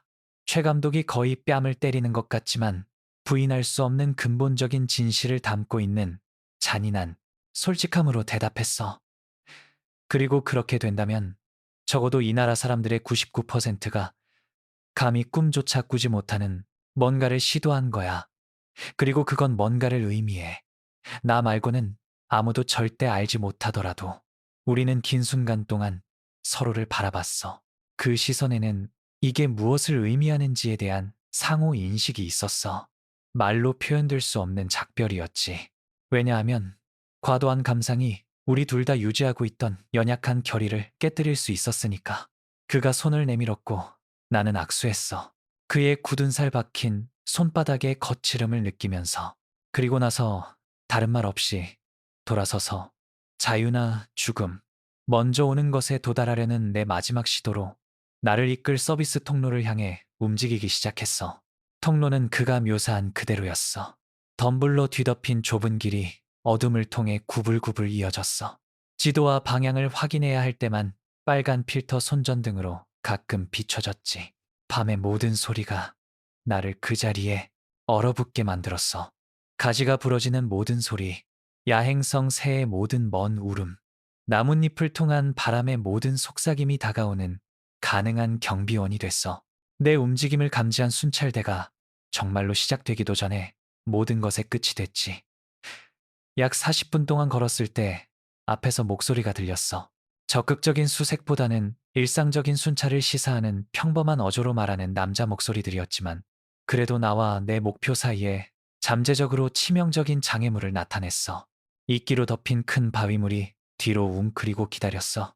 목소리가 점차 가까워지는 동안 내 귀에서 귀청을 찢을 정도로 크게 들리는 내 호흡 소리를 들으면서 바위 사이의 공간을 통해 3명의 국경 경비원이 통로를 따라 게으르게 걷는 걸 볼 수 있었어. 그들 중 2명은 밝게 빛나는 끝이 어둠 속의 작은 등대 같은 담배를 피우고 있었고, 세 번째는 오늘 밤 사용할 것으로 기대하지 않는다는 걸 시사하는 방식으로 어깨에 총을 느슨하게 걸치고 있었어. 내가 숨어 있던 곳에서 5미터도 안 되는 거리로 지나갔어. 그 순간 그들의 대화 조각들을 들을 수 있었어. 배급의 질에 대한 불평, 분명히 다른 장교의 아내와 바람을 피우고 있는 사령관에 대한 험담. 세계 어디서나 사람들이 할 수 있는 종류의 평범한 대화였지. 그리고 그 모든 것의 정상성이 거의 초현실적이었어. 만약 그들이 나를 발견한다면 사소한 험담에 대해 웃고 있던 바로 그 사람들이 주저없이 나를 체포하거나 쏠 거라는 걸 고려하면 그들의 목소리가 멀리서 사라진 후 완전히 5분을 기다렸어. 다시 감이 움직이기 전에. 그리고 마침내 계속했을 때 내 다리는 젤리처럼 느껴졌어. 그 근접 조우의 모든 긴장이 나를 신체적으로나 정신적으로 지치게 만들었지. 하지만 계속 나아갔어. 왜냐하면 지금 멈추는 건 포기를 의미했고, 내가 위험을 감수한 모든 것, 나를 위해 위험을 감수한 모든 사람들 후에 포기는 단순히 내 양심이 받아들일 수 있는 선택지가 아니었거든. 마침내 영원처럼 느껴졌지만 아마 또 다른 20분밖에 안 됐을 시간 후에 최 감독이 묘사한 쓰러진 나무에 도착했어. 과거에 어떤 폭풍에 의해 쓰러진 거대한 거인이었고 죽은 팔들이 자유나 파멸을 가리키는 해골 같은 손가락처럼 압록강의 검은 물 위로 뻗어 있었지. 진흙투성이 강둑에 무릎을 꿇고 물의 넓이를 바라봤어. 거리가 절대적으로 불가능해 보였어. 현재의 피로와 공포 상태를 고려하면 180km였을 수도 있는 180m였지. 무거운 코트와 신발을 벗기 시작했어. 나무 옆에 깔끔한 더미로 남겨두면서. 왜냐하면 여분의 무게는 그렇게 강한 흐름에서 자살이 될 거였으니까. 그리고 이 마지막 준비를 하는 동안 내 마음은 내 가족의 플래시백을 재생하기 시작했어. 피 묻은 손으로 파는 어머니, 손수레를 끄는 아버지, 무릎 꿇은 여동생. 그리고 그 이미지들은 연료가 됐어. 두려움을 결의로, 공포를 이것을 가능하게 만든 시스템에 대한 분노로 변환시키면서 물에 들어가려던 참이었어. 돌이킬 수 없는 첫걸음을 내디디려던 참이었는데 내 뒤에서 강이 어떤 온도보다 더 효과적으로 내 피를 얼린 소리가 들렸어. 총이 장전되는 윤미스테이커블한 금속성 클릭 소리였고 지난 8년 동안 수많은 선전회의에서 들었기 때문에 즉시 알아본 목소리가 뒤따랐어. 문화부 차관, 내 직속 상관이자 전체 선전 시스템에서 가장 강력한 사람 중 한. 명이 실망과 거의 감탄처럼 들리는 뭔가의 혼합으로 말했어. 김민재, 정말 네가 이것보다 더 똑똑하다고 생각했는데 하지만 가장 좋은 배우들도 결국 역할이 끝나고 진짜 사람이 시작되는 곳을 잊어버리는 것 같구나. 천천히 돌아섰어. 보편적인 비저항의 제스처로 어깨 높이에 손을 들면서 비록 내 마음은 단순히 존재하지 않는 선택지들을 계산하면서 시속 1000km로 달리고 있었지만 왜냐하면 강현우 차관이 혼자가 아니었거든. 그의 뒤에 최소 4명의 경비원이 내 중심부를 직접 겨냥한 총을 들고 전략적으로 배치되어 있었고 우리 사이의 거리는 가장 무능한 사수도 놓칠 수 없을 만큼 충분히 짧았어. 달빛이 유령 같은 선명함으로 그의 얼굴을 비췄고 거기서 본 건 내가 예상했던 분노가 아니었어. 고위급 배신자를 잡은 남자의 승리도 아니었지. 훨씬 더 복잡하고 불안한 뭔가였어. 진정한 실망, 지적 호기심, 그리고 거의 마지못한 존경처럼 보이는 것의 혼합이었지. 얼마나 오래 알고 있었는지 알아. 천천히 무기를 내리면서 물었지만 경비원들을 사격 위치에 유지했어. 동시에 신뢰의 신호이자 상황에 대한 절대적 통제의 시연인 제스처였지.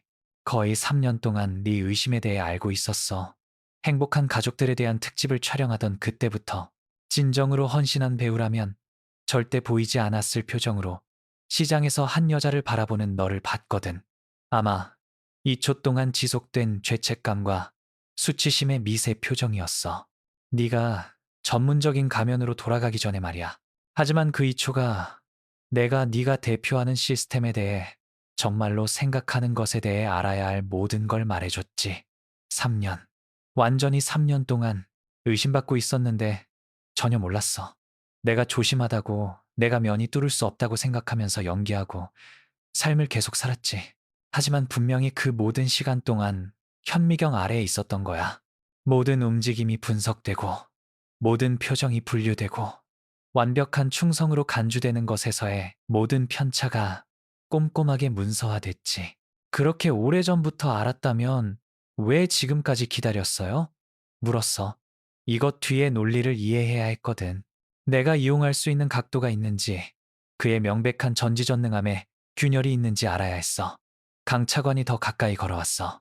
우리 사이의 거리를 단 3미터로 줄이면서 이제 그의 얼굴 세부 사항을 더 명확하게 볼 수 있었어.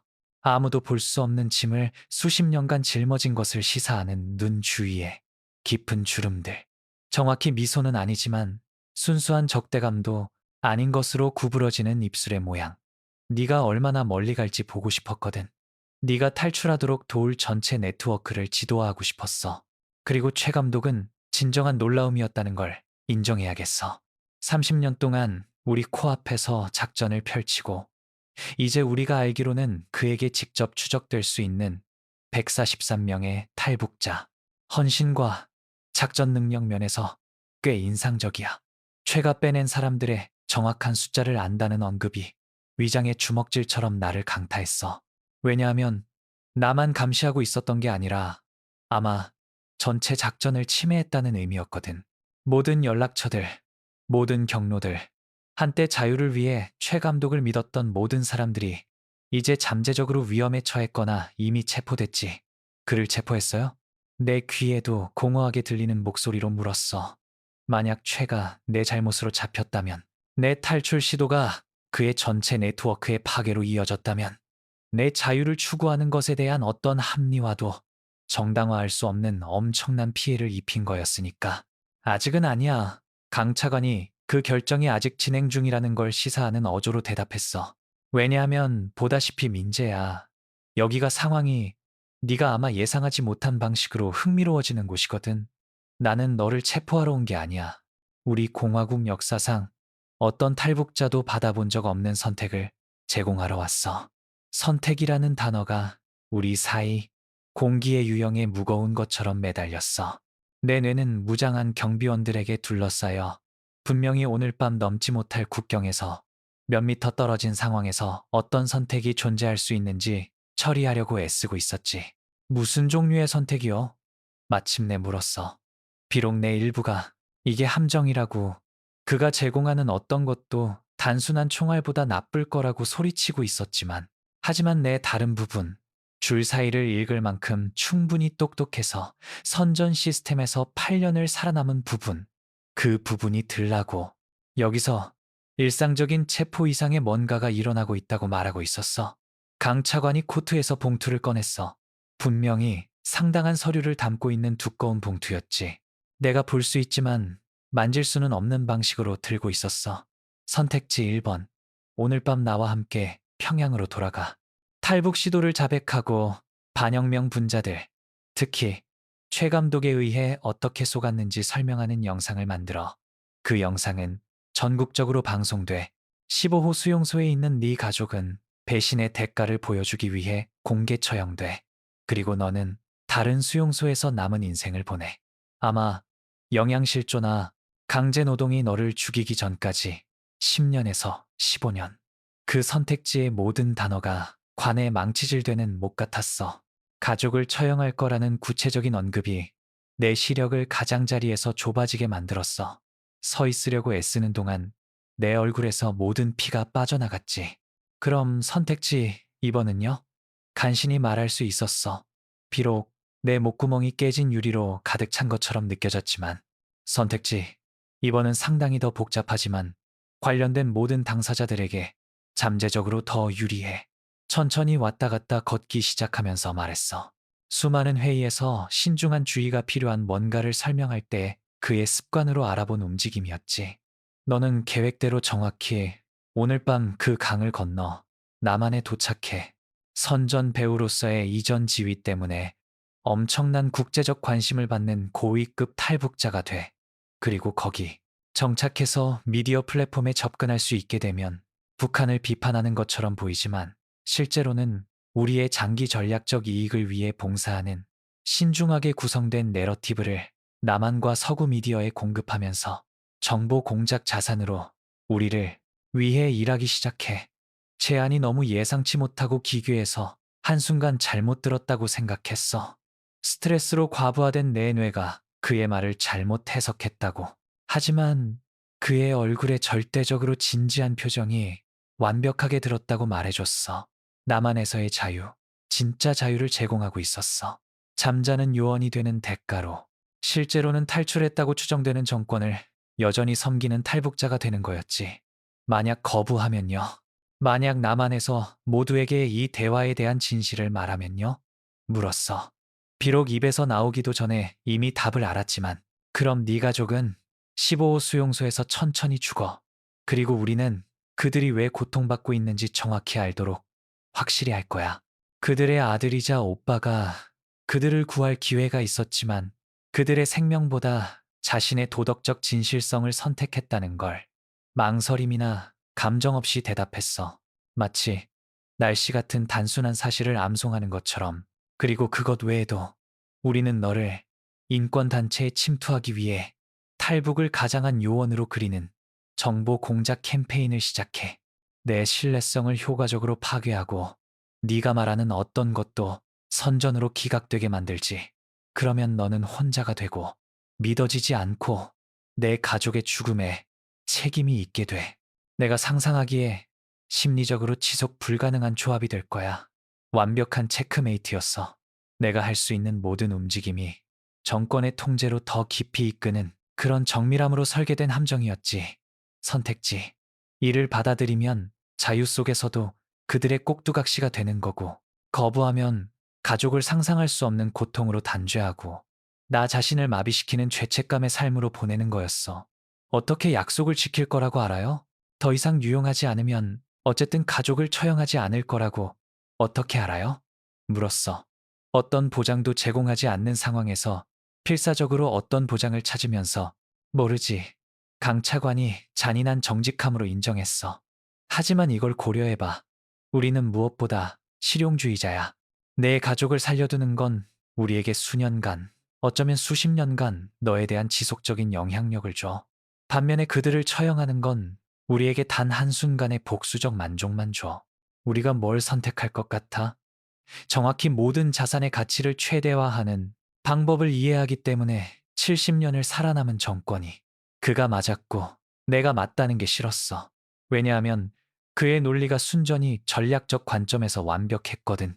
가족을 영구적인 인질로 유지하는 게 그들을 죽이는 것보다 무한히 더 가치 있었어. 그 말은 내가 그들에게 유용한 동안에는 아마 거래의 그 부분을 지킬 거라는 의미였지. 강을 바라봤어. 노예제와 자유를 나누는 그 180m의 검은 물을 향해. 하지만 이제 그 구별이 환상이라는 걸 깨달았어. 건너더라도 단지 다른 종류의 죄수일 뿐이라는 걸. 더 큰 우리와 보이지 않는 사슬을 가진 죄수지만 어쨌든 죄수라는 걸 결정할 시간이 얼마나 있어요? 물었어. 비록 시계가 째깍거리고 있다는 걸, 지나가는 매 초가 이 거래가 여전히 가능한 확률을 줄인다는 걸 이미 알았지만 정확히 30초야. 강차관이 시계를 보면서 대답했어. 왜냐하면 그게 정규 순찰대가 이 지역에 도착하기 전에 우리에게 남은 시간이거든. 그들이 도착했을 때 네가 아직 여기 있으면 선택지 2는 사라지고 선택지 1만 남아. 정권은 하급 경비원들이 우리가 이런 종류의 거래를 한다는 걸 알도록 허용할 수 없어. 전체 권위 구조를 망칠 거야. 내 인생에서 가장 중요한 결정을 내릴 30초. 진실성을 구하지만 가족을 단죄하는 쓸모없는 순교자가 되거나 영혼의 대가로 가족을 구하는 실용적인 배신자가 되는 것 사이에서 선택할 30초. 눈을 감고 그들의 얼굴을 봤어. 어머니, 아버지, 여동생. NG 영상에서 그들을 봤어. 내가 카메라를 향해 웃는 동안 고통받는, 그리고 그 고통을 멈출 수 있는 어떤 힘이라도 있다면 계속되도록 허용할 수 없다는 걸 알았어. 비록 그 힘이 나를 정확히 내가 항상 증오했던 종류의 거짓말쟁이로 만들 조건과 함께 온다고 해도 받아들여요. 말했어. 그 두 단어가 내 가슴에서 내 자신의 인간성을 찢어내서 악마에게 넘겨주는 것처럼 느껴졌지만, 하지만 그게 내가 말할 수 있는 유일한 단어였어. 미래의 어떤 밤이든 잠잘 수 있는 어떤 희망이라도 가지려면. 하지만 그들이 살아있다는 보장이 필요해요. 가족이 실제로 15호 수용소에 있고 몇 달 전에 죽지 않았다는 증거가 필요해요.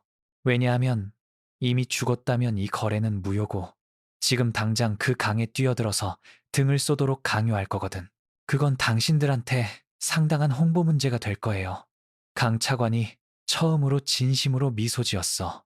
절대적 약점의 위치에서 협상하려는 내 시도에 대한 거의 감사처럼 보이는 뭔가를 담은 미소였지.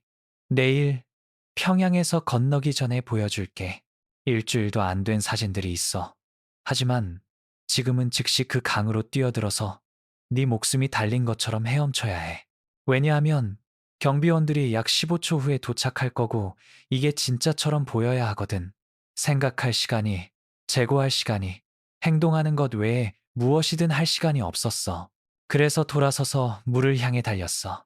차가운 진흙이 맨발을 빨아들이는 걸 느끼면서. 그리고 나서 반은 우아함, 반은 절망인 다이빙으로 앞으로 몸을 던졌어. 얼음처럼 찬물의 충격이 1000개의 얼음 바늘이 동시에 모든 피부를 뚫는 것처럼 내 몸을 강타했어. 그리고 내 뒤에서 방금 도착한 경비원들의 외침 소리가 들렸고 강 차관이 설득력 있게 화난 것처럼 들리는 명령을 소리치는 소리가 들렸어. 그리고 나서 이걸 관찰하는 누구에게나 완전히 진짜로 만들 소리가 왔어.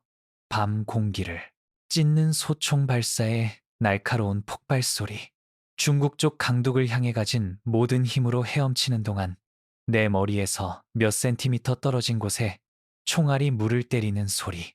총알들이 의도적으로 빗나간 건지 아니면 내가 단지 엄청난 행운을 가진 건지 모르면서 이 강을 건너는 게 나를 자유로 이끌지 아니면 단지 더 정교한 감옥으로 이끌지 모르면서 이제 돌아갈 수 없다는 것만 알면서 완벽한 선전배우였던 김민재는 그 강둑에서 죽었다는 것만 알면서 반대편에 도착할 사람은 완전히 다른 뭔가일 거라는 것, 아직 이름이 없는 뭔가일 거라는 것.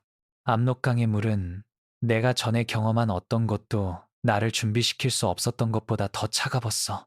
단순히 온도가 아니라 더 근본적인 뭔가였지. 마치 강 자체가 흐름에 잠긴 매 초마다 내 몸에서 생명의 열을 추출하려고 하는 것 같았어. 반은 젊은 시절 체육 수업에서 잊혀진 훈련, 반은 순수한 생존 본능인 기술로 헤엄쳤지. 매 팔짓이 나를 남쪽으로, 강 하류로, 최 감독이 지도에 표시했던 추출 지점에서 멀리 끌어당기는 흐름과 싸우면서 지금 내 바지 주머니에서 흠뻑 젖어 있는 그 지도. 총소리는 영원처럼 보였지만 아마 20초나 30초밖에 안 됐을 시간 동안 계속됐어. 내 주변 물을 때리는 총알 소리가 의도적으로 불규칙적인 패턴을 만들었지. 나를 막으려는 진짜 시도처럼 보이도록 설계되면서 실제 충격은 조심스럽게 피하는 그리고 그 깨달음이 나를 안도감과 자기 경멸에 역겨운 혼합으로 채웠어.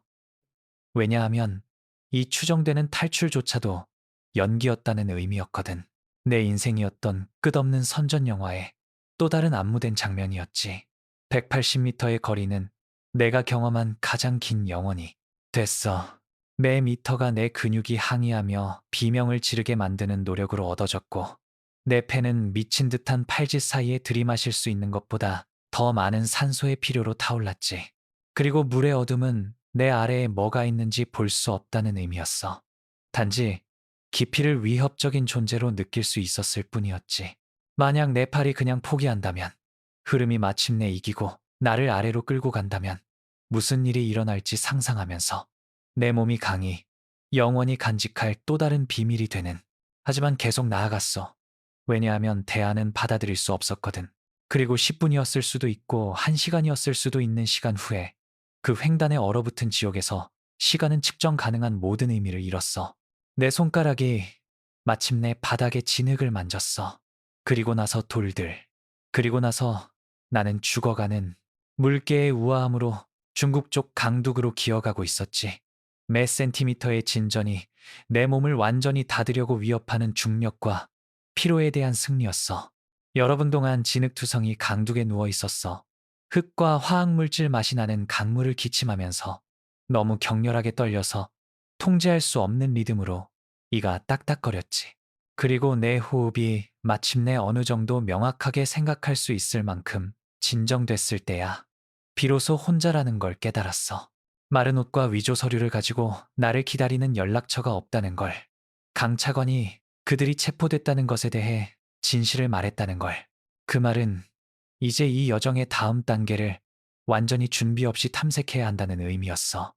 혼자 탐색할 필요가 없었던 것으로 밝혀졌어.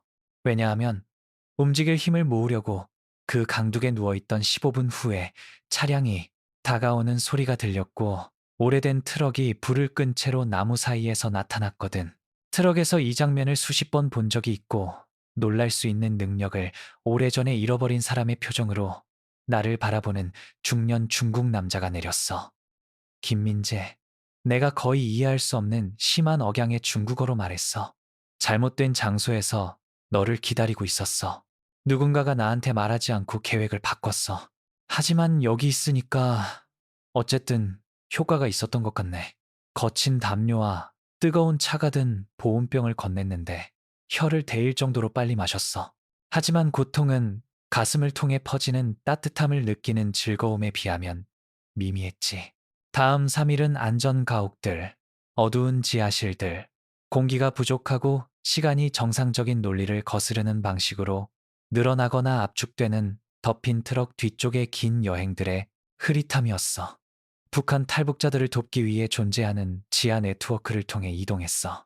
내가 완전히 이해하지 못할 이유들로 자유와 생명을 위험에 빠뜨리는 사람들의 사슬이었지. 어떤 이는 돈 때문에, 어떤 이는 종교적 신념 때문에, 어떤 이는 단순히 그렇게 많은 사람들에게 그렇게 많은 고통을 야기한 정권을 증오하기 때문에 마침내 베이징의 남한 대사관에 도착했어. 그 문턱을 넘어서 기술적으로 남한 땅에 있는 나 자신을 발견한 순간 내 안에 뭔가가 완전히 표현할 수 없는 방식으로 깨졌어. 마치 내 몸이 마침내 가장 위험한 부분이 끝났다는 걸 받아들이고 이제 감정적으로 붕괴하는 사치를 허용할 수 있는 것처럼 전문적인 연민으로 나를 바라보는 낯선 사람들 앞에서 울었어. 그들은 관료적 효율성으로 내 서류를 처리했고 곧 서울에 있을 거기서 새로운 삶을 시작할 거라고 확신시켰어. 이틀 후 남한 도착은 미디어 이벤트로 조율됐어. 고위급 선전 배우가 탈북하는 건 국제 미디어가 좋아하는 정확히 그런 종류의 이야기였던 것으로 밝혀졌거든. 그리고 갑자기 나는 다시 카메라 앞에 앉아 있었어.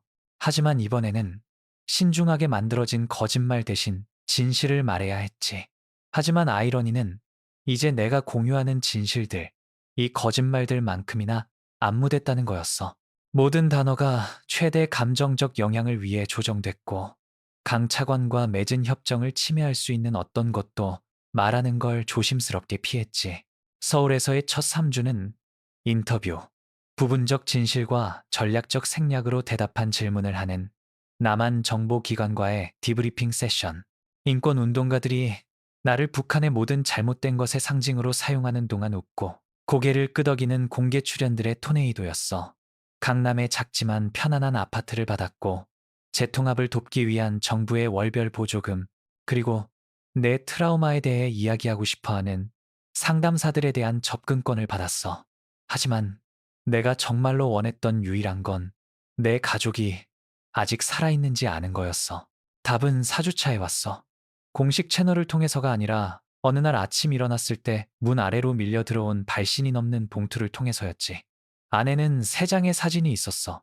하단 모서리의 날짜 코드로 판단하건대 최근 거였고 일주일도 안 됐을 때 찍혔어. 첫 번째는 아버지였어. 기억보다 더 말랐지만 명백히 살아있었고 농지로 보이는 곳에서 일하고 있었어. 그의 얼굴은 햇볕에 그을렸지만 눈은 여전히 경계심이 있었지. 두 번째는 어머니였어. 이제 완전히 회색이 된 머리와 수작업으로 분명히 손상된 손을 가졌지만 숨쉬고 존재하고 살아남고 있었어. 세 번째는 여동생이었어. 이제 23살. 그녀의 얼굴 표정이 나를 산산조각냈어. 왜냐하면 내가 수년 동안 짊어졌던 똑같은 표정이었거든. 진실성을 처벌하는 시스템에서 살아남기 위해 진짜 자신을 숨기는 법을 배운 사람의 가면이었지. 사진들과 함께 짧은 메모가 있었어. 서명은 없었지만 분명히 강차관의 것이었지. 내 가족은 네가 이행하기 때문에 산다. 네가 실패하면 그들은 고통받는다. 조건은 변하지 않았다. 첫 번째 정보 패키지는 2주 후에 도착할 것이다. 지시대로 암기하고 파기하라. 그 사진들이 앞에 흩어진 채로 아파트 바닥에 앉았어. 그리고 수주 동안 억눌러 왔던 뭔가가 마침내 풀려났지. 어렸을 때 이후로 울지 않았던 방식으로 울었어. 내 안 너무 깊은 곳에서 나와서 존재하는지도 몰랐던 곳에서 나온 깊고 끊어지는 흐느낌이었고, 가족뿐만 아니라 모든 것의 불가능함 때문에 울었어.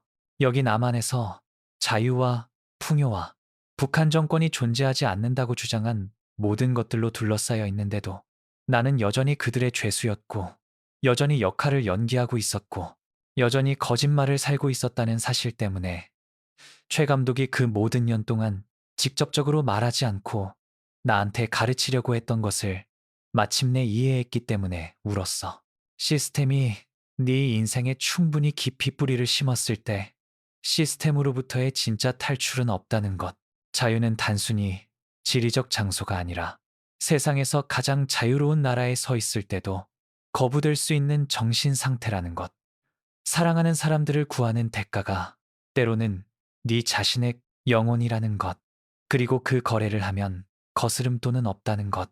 사진들이 내 가족이 살아있다는 걸 보여줬지만 동시에 여전히 고통받고 있다는 걸 보여줬기 때문에 울었어. 내 추정되는 자유가 그들에게 빠른 죽음과 느린 죽음의 차이를 제외하고는 어떤 진짜 안도도 가져오지 않았다는 것. 그리고 이제 내 존재 전체가 내가 말하는 모든 단어, 하는 모든 인터뷰, 하는 모든 공개 출연이 내 가족을 하루 더 살게 할지 아니면 처형에 한 걸음 더 가깝게 만들지에 대한 질문에 대해 조정되어야 하는 저울이 됐다는 것. 그리고 편집실에서 그날 봤던 NG 영상이 결국 사고가 아니었다는 걸 깨달았기 때문에 울었어. 아마 강 차관이나 그를 위해 일하는 누군가가 의도적으로 거기 놔둔 거였을 거야. 결국 나를 정확히 이 지점으로 이끌 거라는 걸 알았던 심어진 씨앗이었지. 왜냐하면 도덕적 신념으로 도망치는 자발적인 탈북자는 유용하지만 예측할 수 없는 반면 가족의 목숨으로 협박당하는 탈북자는 무한히 더 통제 가능하고 장기 자산으로서 무한히 더 가치 있기 때문에 북한에서 탈출했지만 북한이 나를 진짜로 탈출하게 내버려 두지 않았다는 걸 발견했어. 단순히 내 우리를 확장했고 내가 연기하는 극장의 무대를 바꿨지만 쇼는 계속됐고 대본은 여전히 같은 사람들에 의해 쓰여졌고 나는 여전히 훈련받은 배우였어. 하지만 이제 역할은 더 복잡했고 스테이크는 더 높았고 관객은 전 세계였지.